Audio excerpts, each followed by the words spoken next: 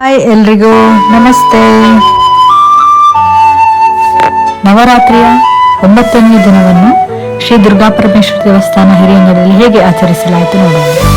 ಸಂಜೆ ಹೊತ್ತಿಗೆ ತುಳಸಿ ದೀಪವನ್ನು ಹಚ್ಚಿ ಪೂಜಾ ಸೇವಾದಾರರು ಭಗವಂತನ ಮುಂದೆ ಸಂಕಲ್ಪವನ್ನು ಮಾಡ್ತಾ ಇದ್ದಾರೆ ನೋಡಿ.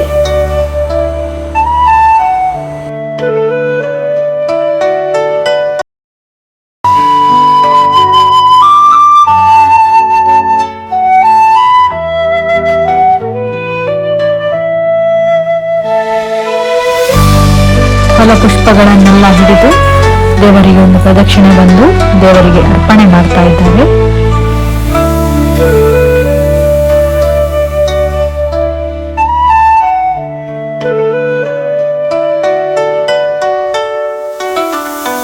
ತದನಂತರ ದೇವರ ಮುಂಭಾಗದ ದೀಪವನ್ನು ಪೂಜಾ ಸೇವಾದಾರರ ಸಕುಟುಂಬ ಪ್ರಜ್ವಲಿಸಿ ಭಜನೆಗೆ ಕಾರ್ಯಕ್ರಮಕ್ಕೆ ಚಾಲನೆಯನ್ನು ನೀಡ್ತಾ ಇದ್ದಾರೆ.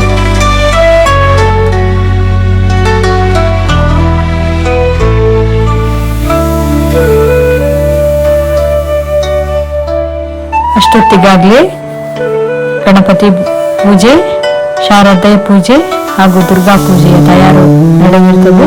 ಎಲ್ಲ ಪೂಜೆಯ ನಂತರ ಸೇವಾದಾರರಿಗೆ ಪ್ರಸಾದ ವಿತರಣೆಯ ಸಮಯ.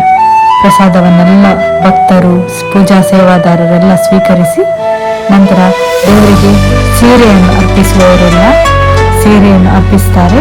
ಹಾಗೆ ಶಾರದಾ ದೇವಿಗೆ ಪೂಜೆಯನ್ನು ಒಪ್ಪಿಸುವವರೆಲ್ಲರೂ ಪೂಜೆಯನ್ನು ಕೂಡ ಒಪ್ಪಿಸ್ತಾರೆ.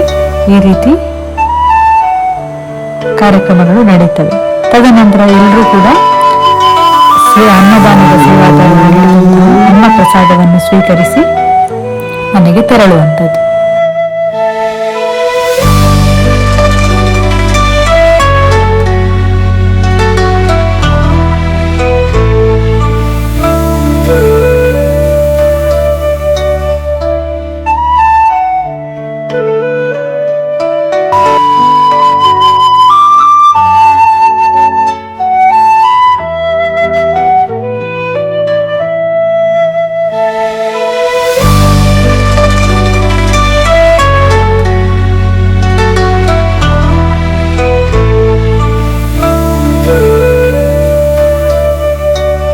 ಎಂದಿನಂತೆಯೇ ಕೊನೆಗೊಂದು ಇಂದಿನ ಸೀರೆ, ಗುಲಾಬಿ ಬಣ್ಣದ ಸೀರೆಯೊಂದಿಗೆ ಫೋಟೋಶೂಟ್ ನೋಡಿ. ನಮ್ಮ ದುರ್ಗಾ ಮಾತೆ ಹಾಗೂ ಶಾರದಾ ಮಾತೆ ಇವತ್ತು 5 ಸೀರೆಯನ್ನು ತೊಡಿಸಿದ್ದೇವೆ. ಶಾರದಾ ಮಾತೆಗೆ ಬಣ್ಣ ಬಣ್ಣದ ಸೀರೆಯೊಂದಿಗೆ ಶಾರದಾ ಮಾತೆ ಹೇಗೆ ಕಾಣ್ತಾ ಇದ್ದಾಳೆ ನೋಡಿ.